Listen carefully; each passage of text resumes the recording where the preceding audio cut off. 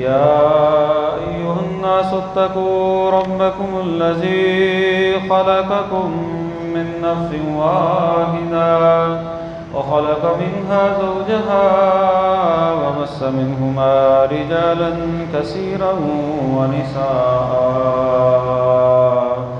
واتقوا الله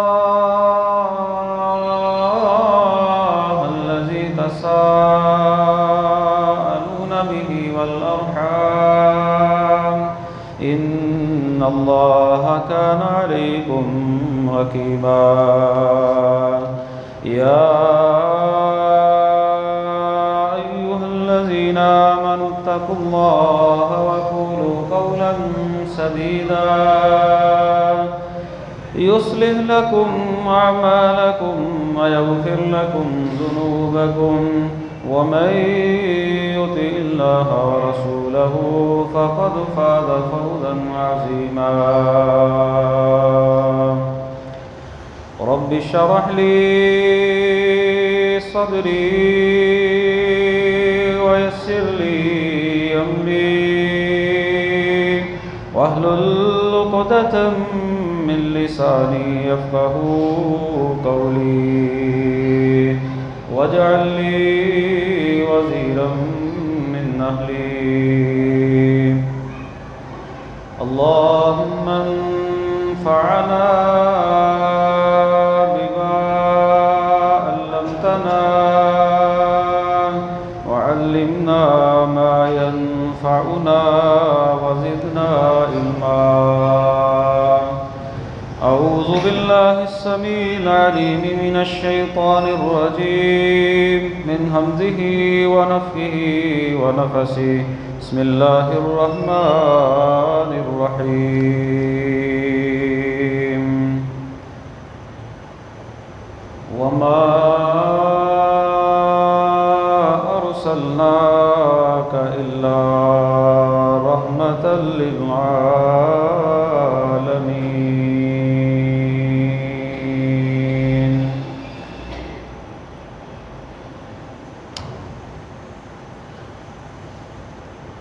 ہر قسم کی حمد و ثنا، بڑائی، کبریائی، یکتائی، بادشاہی، شہنشاہی اللہ رب العالمین کی ذات کے لیے خاص ہے، جو علی کل شیء قدیر ہے، فعال لما یرید ہے، ہر چیز پر وہ قادر ہے، جو وہ چاہتا ہے وہ کرتا ہے۔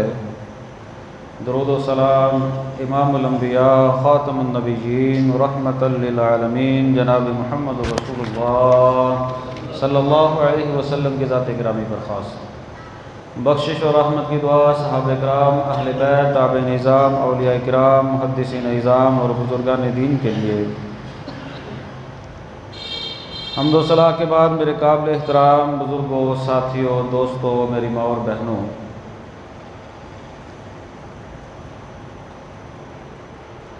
اللہ رب العالمین نے قرآن مجید میں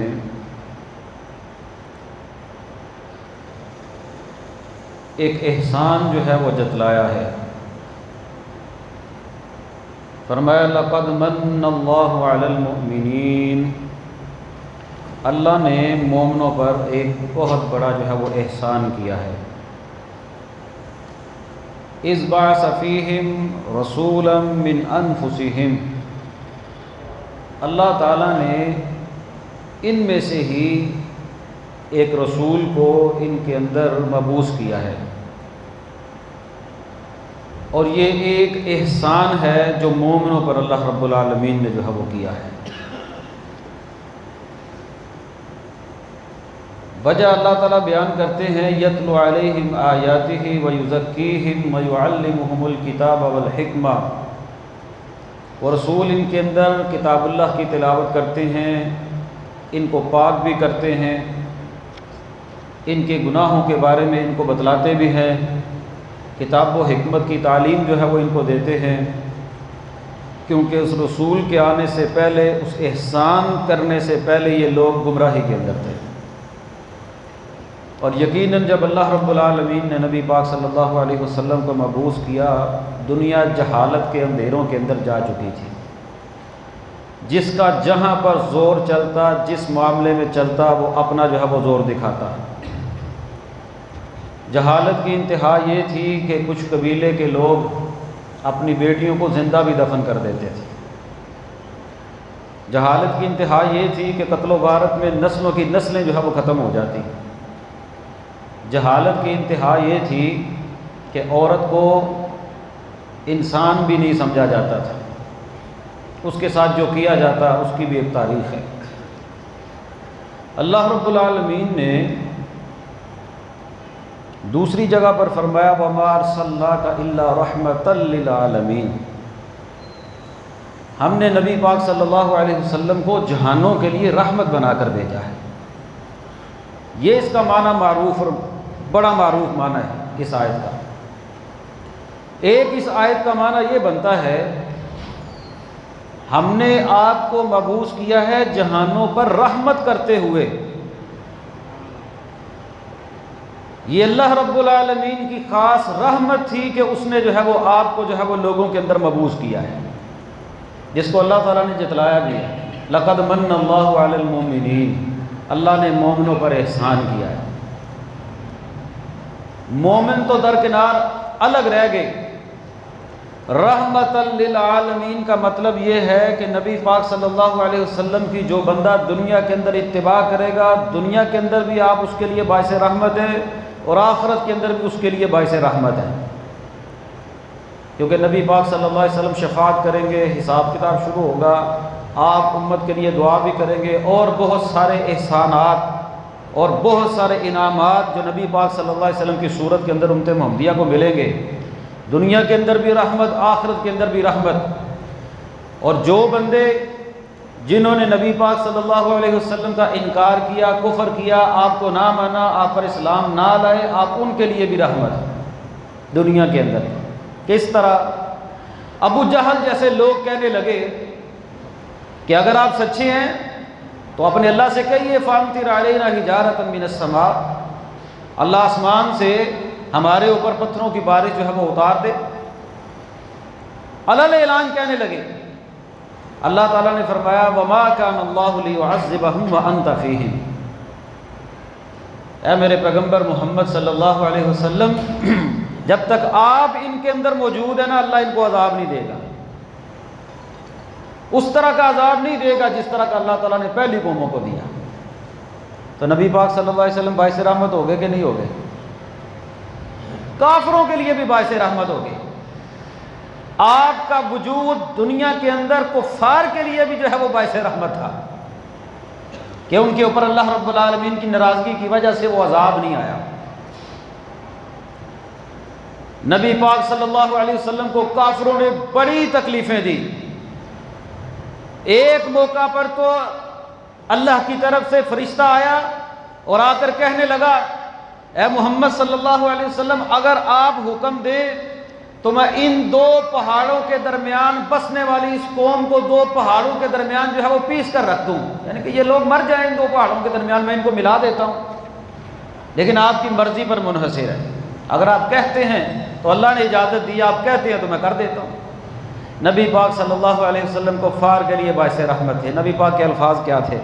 آپ نے فرمایا بل ارجو ان یخرج اللہ من اصلابہم من یعبد اللہ وحدہ لا یشرک بہ شیئا، مجھے یہ امید ہے کہ اللہ تعالیٰ ان کی نسلوں میں سے ہی کوئی ایسے بندے پیدا کرے گا جو اللہ کی ذات کے ساتھ شرک نہیں کریں گے، یعنی کہ اپنی ذات کے لیے نبی پاک صلی اللہ علیہ وسلم نے بدلہ بھی نہیں لیا، حالانکہ دعوت دین کی وجہ سے، دین کی دعوت دینے کی وجہ سے نبی پاک صلی اللہ علیہ وسلم کو پریشانی کا سامنا کرنا پڑا، تو نبی پاک صلی اللہ علیہ وسلم ان کے لیے باعث رحمت بن گئے۔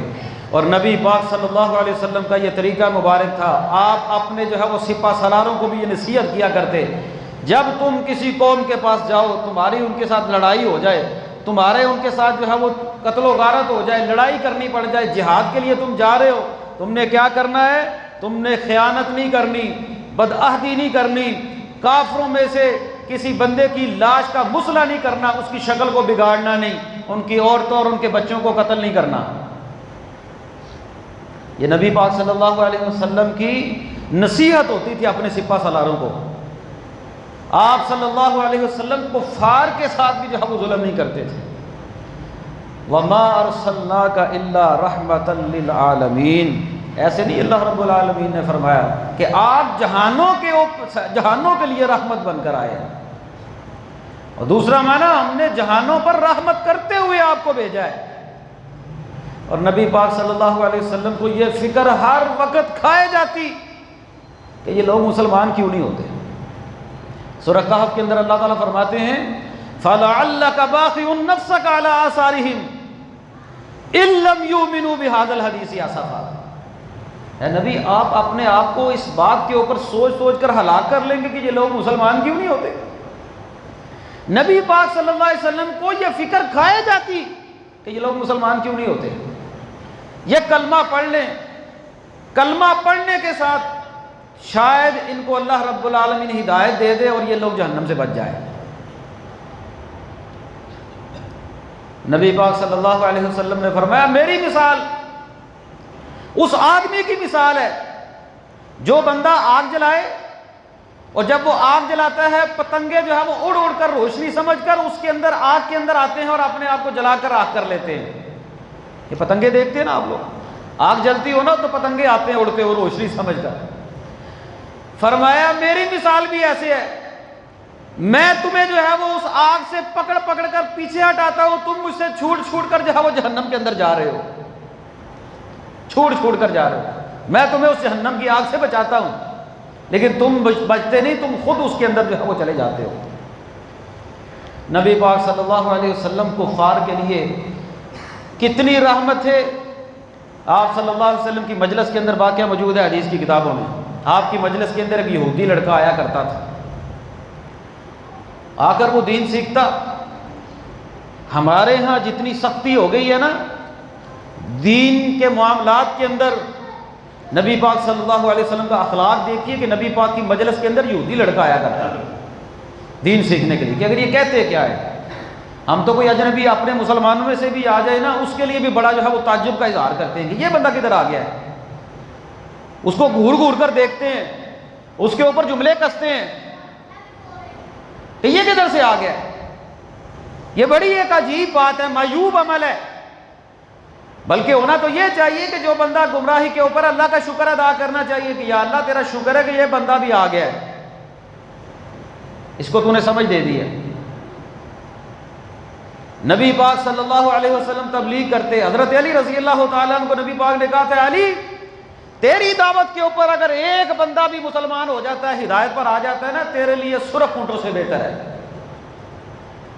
یعنی کہ بڑے قابل جو اونٹ ہوتے تھے نا، مالدار، مال کے لحاظ سے بڑے مہنگے اونٹ ہوتے تھے، تیرے لیے اس سے بہتر ہے۔ نبی پاک صلی اللہ علیہ وسلم نے دیکھا مجلس کے اندر وہ لڑکا نہیں آ رہا، نظر نہیں آ رہا، پتہ کیا کہ وہ بیمار ہے۔ آپ صلی اللہ علیہ وسلم یہودی کے گھر چلے گئے، یہودی کے گھر گئے، تیمارداری کی، پتہ کیا، دیکھا لڑکا بیمار ہے، آخری اس کا وقت ہے، حالت نزاع کے اندر ہے، یعنی کہ نظر آ رہا ہے کہ یہ بچہ جو ہے وہ زیادہ دیر نہیں زندہ رہے گا۔ ہمیں بھی کئی مریض جو ہے وہ نظر آ جاتے ہیں۔ نبی پاک صلی اللہ علیہ وسلم نے اس وقت بھی بستر مرگ پر بھی اس بچے کو جو ہے وہ دعوت دے ڈالی، کہا ہے بچے لا الہ الا اللہ کہہ، اللہ ایک ہے، کہہ دے اللہ ایک ہے، مان لے۔ نبی پاک صلی اللہ علیہ وسلم نے تو اپنے چچا سے بھی کہہ دیا تھا، اے چچا میرے کان کے اندر ہی کلمہ پڑھ دے، کہا تھا کہ نہیں کہا تھا؟ کیوں کہ آپ ایک حریص تھے، اس بات کے اندر طمع رکھتے تھے کہ کوئی ایک بندہ میری وجہ سے جو ہے وہ جہنم سے بچ جائے۔ بچے نے ایک مرتبہ اپنے باپ کی طرف دیکھا، دوسری مرتبہ نبی پاک کی طرف دیکھے، اب باپ کا اشارہ ہونا تھا، سختی دل ہی دل کے اندر، لیکن اللہ رب العالمین کی طرف سے جس بندے کے مقدر کے اندر جہنم سے بچنا ہو، باپ نے کہا بیٹا جو محمد کہتے ہیں وہ مان لے صلی اللہ علیہ وسلم۔ متعصب نہیں ہوگا نا کوئی، متعصب جب متعصب ہو جائے نا بندہ پھر اس کو کوئی بات سمجھ نہیں آتی۔ متعصب نہیں تھا، سمجھنے والے تھے کہ جو محمد کہتے ہیں وہ بات مان لے صلی اللہ علیہ وسلم۔ وہی آخری حالت نزاع تھی جو چچا ابو طالب کے وقت بھی کافروں نے آ کر کہا تھا، سرداروں نے، کہ مرتے مرتے تو محمد کے دین کے اوپر مرے گا صلی اللہ علیہ وسلم۔ وہ بھڑکایا نا، وہ آخری وقت کے اندر کی ہوئی بات، وہ جوش آ گیا، وہ جوش کے اندر کہا نہیں نہیں میں تو اپنے دین پر ہی مر رہا ہوں، نہیں نصیب ہوا کلمہ۔ یہاں پر جو ہے وہ کلمہ بیٹے نے کہا، باپ نے کہا بیٹا جو محمد کہتے ہیں مان لے صلی اللہ علیہ وسلم۔ انہوں نے کلمہ پڑھا، ادھر جان نکل گئی۔ نبی پاک صلی اللہ علیہ وسلم نے فرمایا الحمدللہ الذی انقذہ من النار، تمام تعریفیں اس اللہ کے لیے ہیں، میرا اس کے اندر کوئی کمال نہیں، تمام تعریفیں اللہ کے لیے ہیں جس نے اس بچے کو جہنم کی آگ سے بچا لیا۔ یعنی کہ عمل کرنے کا تو موقع ہی نہیں ملا، اور جس نے کلمہ پڑھ لیا نبی پاک کے اوپر، کلمہ پڑھنے کے بعد عمل کرنے کا موقع ہی نہیں ملا، وہ تو جنت میں جائے گا انشاءاللہ۔ نبی پاک کے دور کے اندر کچھ صحابہ بھی ایک دو کا ذکر ملتا ہے، اس طرح ہوا کلمہ پڑھا اور ادھر گرے اونٹ سے اور جو ہے وہ شہید ہو گئے۔ اللہ تعالیٰ کی مرضی ہے، مرنے سے پہلے کلمہ نصیب ہو گیا، اور اللہ رب العالمین دوسری حدیث میں آتا ہے انقذہ بی من النار، اللہ نے میری وجہ سے اسے جہنم سے جو ہے وہ بچا لیا۔ تو وما ارسلناک الا رحمۃ للعالمین صلی اللہ علیہ وسلم، یہ نبی پاک صلی اللہ علیہ وسلم تھے۔ نبی پاک صلی اللہ علیہ وسلم کفار تو کفار، آپ جانوروں کے لیے بھی رحمت بن کر آئے۔ ایک اونٹ کا واقعہ ملتا ہے، نبی پاک صلی اللہ علیہ وسلم کے پاس ایک اونٹ آیا اور اس نے اپنا جو ہے وہ سر رکھ کے نا نبی پاک کے قدموں کے اندر جھکا کر اپنا سر، اور اس نے رونا شروع کر دیا۔ نبی پاک صلی اللہ علیہ وسلم نے فرمایا اس اونٹ کا مالک کدھر ہے؟ بلایا گیا، مالک آیا، نبی پاک نے پوچھا تیرا اونٹ تیری شکایت کرتا ہے کہ تو اس سے کام زیادہ لیتا ہے، اسے چارہ کم دیتا ہے۔ اللہ کی قسم، یہاں پر لوگ انسانوں سے کام زیادہ لیتے ہیں، مزدوری کم دیتے ہیں۔ کام زیادہ ہے، پتہ ہے یہ کام زیادہ ہے، لیکن مجبوری کا فائدہ اٹھایا جاتا ہے۔ کہا چارہ کم دیتے ہو، کام زیادہ لیتے ہو، سمجھایا۔ اونٹ نے بھی آ کر نبی پاک صلی اللہ علیہ وسلم سے شکایت کی۔ یہ بندے کو خود پتا ہوتا ہے کہ اس کام کی مزدوری کتنی ہے، کتنی طے ہونی چاہیے۔ یہ نہیں کہ اس کو عقل مندی نہیں کہتے، دیکھا جی میں ایک بندے کی مزدوری کی 4 بندے رکھ لینے، لوگ اس طرح کرتے ہیں۔ نبی پاک نے فرمایا تیرا اونٹ تیری شکایت کرتا ہے کہ تو اسے چارہ کم دیتا ہے، کام زیادہ لیتا ہے۔ اب جانوروں کے لیے بھی وَمَا أَرْسَلْنَاكَ إِلَّا رَحْمَةً لِلْعَالَمِينَ۔ ایک موقع پر نبی پاک صلی اللہ علیہ وسلم کسی جگہ سے گزر رہے تھے، کسی صحابی نے ایک چڑیا کے بچوں کو اٹھا لیا، کسی بچے کو اٹھا لیا۔ وہ چڑیا نبی پاک صلی اللہ علیہ وسلم، ماں تو ماں ہوتی ہے نا، وہ چڑیا نبی پاک صلی اللہ علیہ وسلم کے پاس آ کر نا ایسے پھڑپھڑانے لگی ارد گرد، گویا کہ اپنا ایک حال بیان کرتی ہوگی کہ میرے بیٹے کو جو ہے وہ آپ کے کسی صحابی نے اٹھا لیا، جس طرح اونٹ بیان کر رہا ہے۔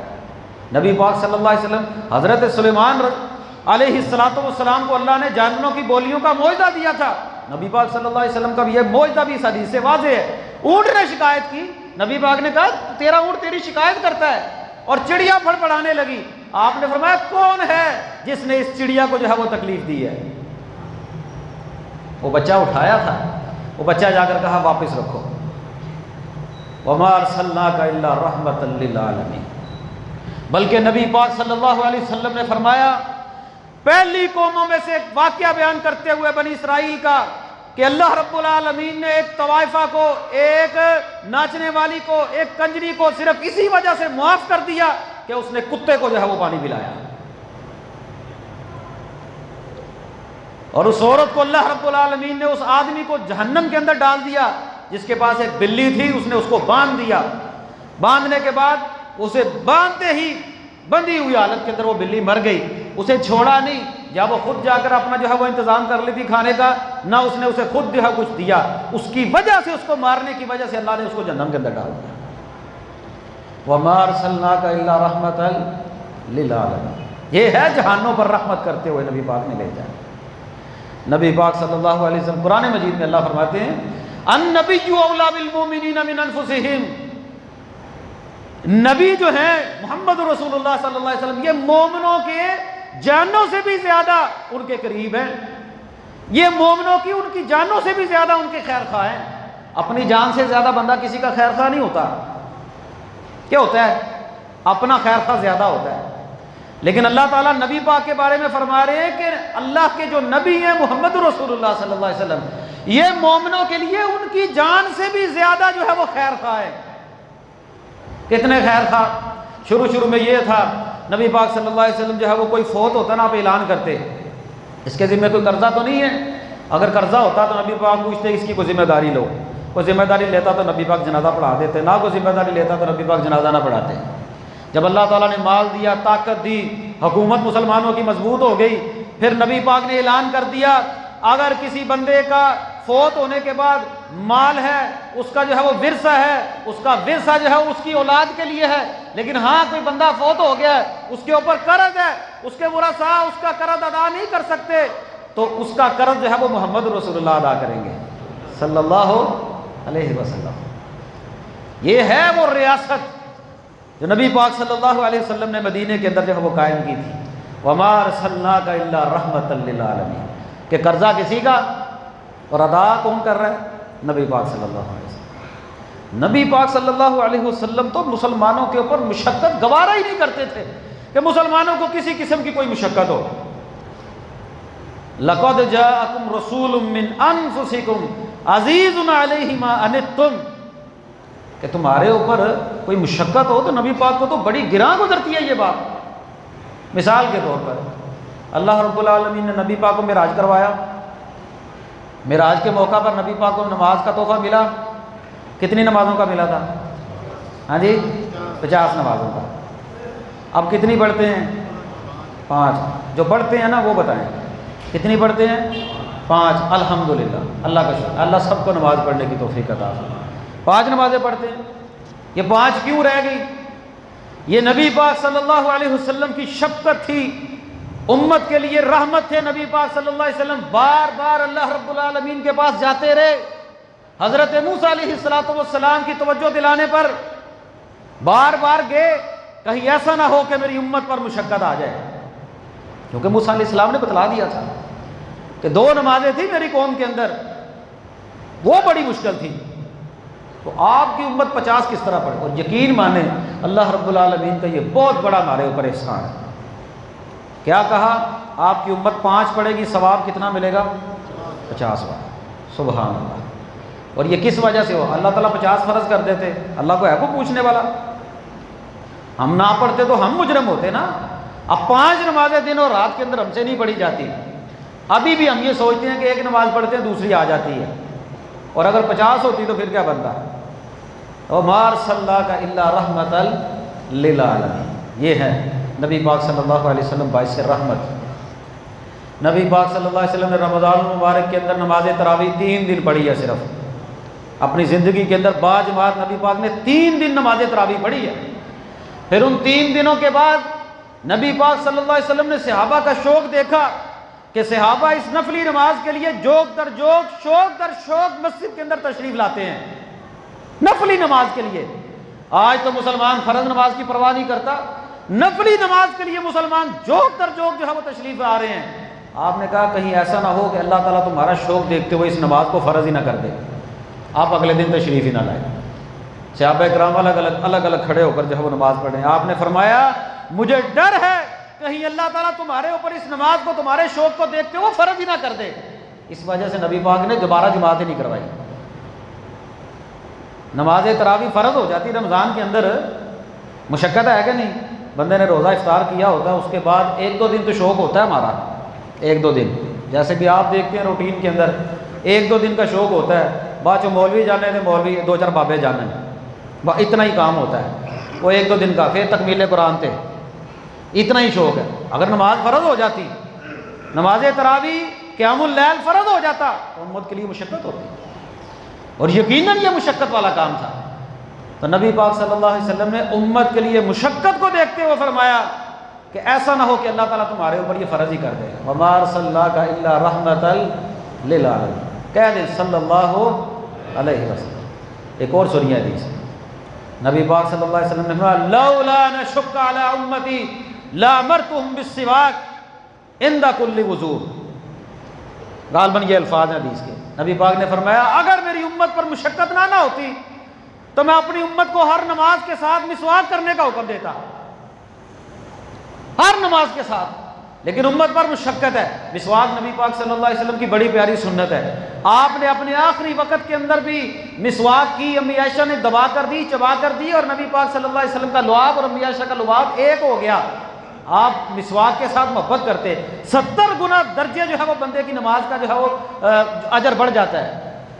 مسواک کی اتنی فضیلت ہے، لیکن آپ نے فرمایا مشقت ہے۔ کوئی بندہ آئے نماز کے لیے، نماز پڑھنے کے لیے، اس کے پاس مسواک نہ ہو، پھر وہ مسواک ڈھونڈنے چلا جائے، مشقت ہے کہ نہیں؟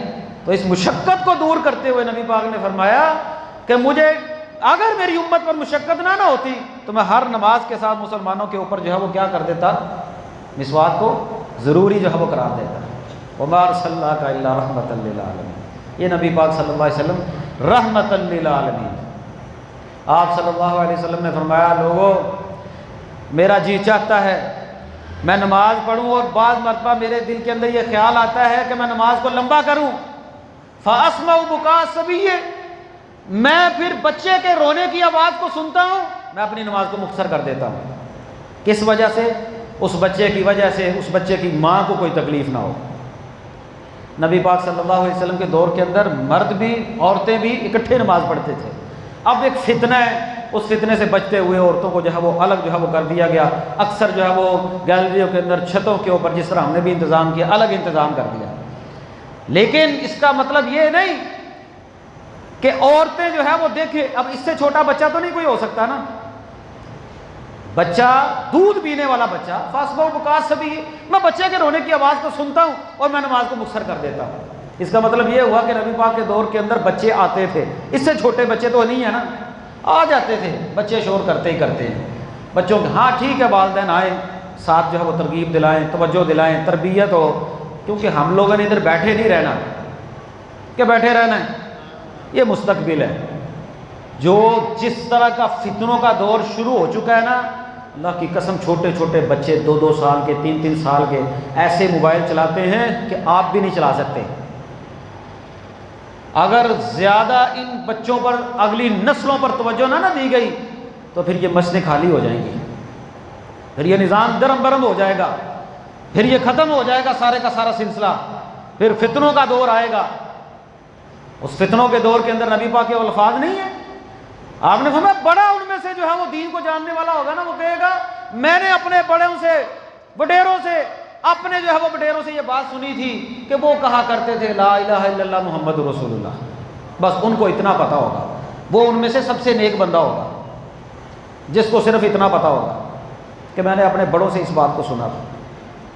بچوں پر محنت کی ضرورت ہے، آپ کے بچے، ہمارے بچے، جس طرح ہم اسکولوں کے اندر محنت کرتے ہیں نا، دین کے معاملے کے اندر بھی محنت کی ضرورت ہے۔ نبی پاک صلی اللہ علیہ وسلم بچوں کے ساتھ شفقت کیا کرتے، محبت کیا کرتے۔ نبی پاک کے پاس ایک بندہ آیا، آپ نے بچوں کے ساتھ پیار کرتے تھے، کہنے لگا آپ بچوں کے ساتھ پیار کرتے ہیں؟ وہ دیہاتیوں کے بارے میں بھی کچھ الفاظ آتے ہیں، ایک بدو کے بارے میں بھی آتے ہیں، دیہاتی کے بارے میں۔ آپ کہنے لگا میرے 10 بچے ہیں، میں نے اپنے بچوں میں سے کبھی کسی کا بوسہ نہیں لیا۔ تو آپ نے فرمایا اللہ نے تیرے دل سے نرمی اور رحمت کو نکال دیا تو پھر میں کیا کروں؟ بچوں کے ساتھ شفقت کرنا، محبت کرنا، پیار کرنا۔ حسن حسین کے ساتھ نبی پاک بڑا پیار کرتے۔ آپ نے حضرت زینب کی بیٹی کو اٹھا کر بھی نماز کی حالت کے اندر نماز پڑھی ہے، بیٹی کو اٹھا لیا نماز کی حالت میں۔ حضرت حسن اور حسین کے بارے میں آتا ہے نبی پاک کی سجدے کی حالت کے اندر آپ کی جو ہے وہ کمر کے اوپر چڑھ جاتے، آپ جو ہے وہ خطبہ دے رہے تھے، حسن حسین آئے، نبی پاک نے ممبر چھوڑ دیا ان کو پکڑنے کے لیے۔ آپ بچوں کے لیے بڑے نرم دل تھے۔ حضرت انس رضی اللہ تعالیٰ عنہ فرماتے ہیں 10 سال میں نے نبی پاک صلی اللہ علیہ وسلم کی خدمت کی ہے، 10 سال۔ کتنے سال؟ 10 سال، بچپن کی حالت میں، چھوٹے تھے، کبھی نبی پاک صلی اللہ علیہ وسلم نے مجھے نہیں ڈانٹا۔ اس کا مطلب کیا ہوا کہ نبی پاک بچوں کے لیے بھی رحمت ہے، پیار کرتے، شفقت کرتے، محبت کرتے۔ بچے شرارتیں کرتے ہیں، اگر تو ہم نے کبھی شرارت نہیں کی، ہم نے اگر اللہ نے ہم کو سمجھ دے دی ہے تو سوجھ بوجھ ہو جانا وہ ایک الگ بات ہے، لیکن بچے ہی ہوتے ہیں۔ بچے کہتے کیوں ہیں؟ بچے کا کام ہی ہوتا ہے، وہ شرارت بھی کرے گا، وہ کام خراب بھی کرے گا، وہ نقصان بھی کرے گا۔ اب ہم نے مسجدوں کے اندر اتنی قیمتی شیشے لگوا لی ہیں یا قیمتی قلین بچھا لی ہیں، تو اس کے اندر ان کا کیا قصور؟ دین کا کیا قصور؟ دین تو وہی رہے گا، شریعت تو وہی رہے گی نا۔ اگر مسجد کے شیشہ ٹوٹ جائے، اب بچوں کے اوپر پابندی لگا، ٹھیک ہے کہ انتظامی مسئلہ ہے، لیکن نہیں، کوئی ایسا کام نہیں ہونا چاہیے مساجد کے اندر جس کے ساتھ شریعت کے کسی قانون کی جو ہے وہ خلاف ورزی ہوتی ہو، یہ نہیں ہونا چاہیے، بلکہ ڈبل جو ہے وہ کام ہونا چاہیے کہ چھوٹے بچوں پر محنت کے لیے ایک بندے کو خاص مقرر کرنا چاہیے۔ تو وَمَا أَرْسَلْنَاكَ إِلَّا رَحْمَةً لِلْعَالَمِينَ، نبی پاک صلی اللہ علیہ وسلم جہانوں کے لیے جو ہے وہ رحمت ہے، بچوں کے لیے، مومنوں کے لیے، ہر ایک کے لیے نبی پاک صلی اللہ علیہ وسلم رحمت بن کر جو ہے۔ عبداللہ ابن عمر بن عاص رضی اللہ تعالیٰ عنہ کہتے ہیں نبی پاک صلی اللہ علیہ وسلم ایک مرتبہ قرآن مجید کی اس آیت کی تلاوت کی حضرت ابراہیم کے متعلق۔ کیا کہا کہ حضرت ابراہیم نے کہا تھا رب انہن اضللن کثیرا من الناس فمن تبعنی فانہ منی، اے اللہ شیطان نے بہت سارے لوگوں کو جو ہے وہ میری اولاد میں سے، میرے بعد میں آنے والے میری امت میں سے، اولاد میں سے لوگوں کو گمراہ کر دیا ہے۔ جن کو گمراہ کر دیا اللہ تو ان کو معاف کرنے والا ہے، اور جنہوں نے میری پیروی کی ہے اے اللہ وہ تو مجھ سے ہیں، میرے طریقے پر ہیں، جنہوں نے نبی کی اتباع کی کامیاب ہو گئے وہ لوگ، اور جنہوں نے نافرمانی کی اللہ تو بڑا بخشنے والا ہے۔ دعا کیا کر رہے ہیں اللہ جنہوں نے مان لی وہ مجھ سے ہیں، وہ میرے طریقے پر ہیں، جنہوں نے نہیں مانی تو پھر بھی بڑا غفور الرحیم ہے۔ اور حضرت عیسیٰ کے متعلق آپ نے تلاوت کی ان تعذبہم فانہم عبادک، حضرت عیسیٰ نے کہا تھا اے اللہ اگر تو ان کو عذاب دے پھر بھی تیرے بندے ہیں، وَإِن تَغْفِرْ لَهُمْ فَإِنَّكَ أَنْتَ الْعَزِيزُ الْحَكِيمُ، اور اگر تو ان کو معاف کر دے تو غالب ہے، تو جو چاہتا ہے کر سکتا ہے، معاف کر دے پھر بھی تیرے ہی بندے ہیں، عذاب دے پھر بھی تیرے بندے ہیں۔ اور جب نبی پاک نے اپنی امت کی باری آئی تو آپ نے اپنے ہاتھوں کو بلند کیا، ہاتھوں کو بلند کرنے کے بعد فرمایا اللہم امتی اللہم امتی، اے اللہ میری امت میری امت۔ حضرت جبرائیل کو نبی پاک نے بھیجا، اللہ تعالیٰ نے بھیجا جبرائیل جاؤ دیکھو کہ نبی پاک صلی اللہ علیہ وسلم کیا کہتے ہیں، حالانکہ اللہ تعالیٰ سارے جو ہے وہ دلوں کے رازوں کو بھی جانتے ہیں۔ جبرائیل آتے ہیں، آ کر پوچھتے ہیں، نبی پاک کو بات بتلاتے ہیں کیا وجہ ہے، واپس جاتے ہیں، پھر نبی پاک کے پاس واپس آتے ہیں اور کہتے ہیں کہ اللہ رب العالمین نے آپ کی پکار کو سن لیا اور آپ کے جو ہے وہ لیے کہا ہے انا سنرضیک فی امتک ولا نسوءک، ہم آپ کو آپ کی امت کے بارے میں راضی کریں گے اور ہم آپ سے جو ہے وہ ناراض نہیں ہوں گے، اور ہم آپ کی امت کے بارے میں آپ کو راضی کر دیں گے۔ یعنی کہ نبی پاک صلی اللہ علیہ وسلم کو اللہ رب العالمین نے جو فکر تھی نا آپ کو، اللہم امتی اللہم امتی، نبی پاک نے فرمایا ہر نبی کی ایک دعا ہوتی ہے، ہر نبی کی ایک دعا جو اللہ رب العالمین جو ہے وہ قبول کرتا ہے۔ میں نے اس دعا کو جو ہے وہ محفوظ کر لیا اپنی امت کے لیے، اور میں اپنی امت کے لیے اللہ تعالیٰ سے وہ دعا کروں گا اللہم امتی، اے اللہ میری امت، اے اللہ میری امت۔ اس وقت جب ہر ایک کو اپنی اپنی جو ہے وہ فکر ہوگی، ربی نفسی بندہ کہہ رہا ہوگا، اپنی اپنی فکر ہوگی، نبی پاک جو ہے وہ اپنی امت کے لیے دعا کریں گے اے اللہ میری امت، اے اللہ میری امت۔ ہم امت ہے کہ نہیں انشاءاللہ ہے نا؟ تو پھر ہم نے نبی پاک کی کیا لاج رکھی ہے؟ نبی پاک اپنی امت کے لیے رو رہے ہیں، امت کے لیے فکر مند ہے، اور امت جو ہے وہ نبی پاک کی ایک ایک بات کے اندر مخالفت کرتی ہے۔ ہر سنت کی مخالفت ہم لوگ کرتے ہیں، ہر سنت کی مخالفت۔ تو نبی پاک صلی اللہ علیہ وسلم سے پیار کرنا یہ بھی ایمان کا حصہ ہے، کیونکہ وہ ما ارسلناک الا رحمۃ للعالمین، اللہ رب العالمین نے نبی پاک صلی اللہ علیہ وسلم نے فرمایا میری امت ساری کی ساری جنت میں جائے گی الا من ابا، جس نے جنت میں جانے سے انکار کر دیا نا وہ نہیں جنت میں جائے گا، وہ نہیں جنت میں جائے گا۔ ابا کا مطلب کیا ہے؟ آپ نے فرمایا جس نے میری اطاعت کی وہ جنت میں جائے گا، جس نے میری نافرمانی کی اس نے جنت میں جانے سے انکار کر دیا۔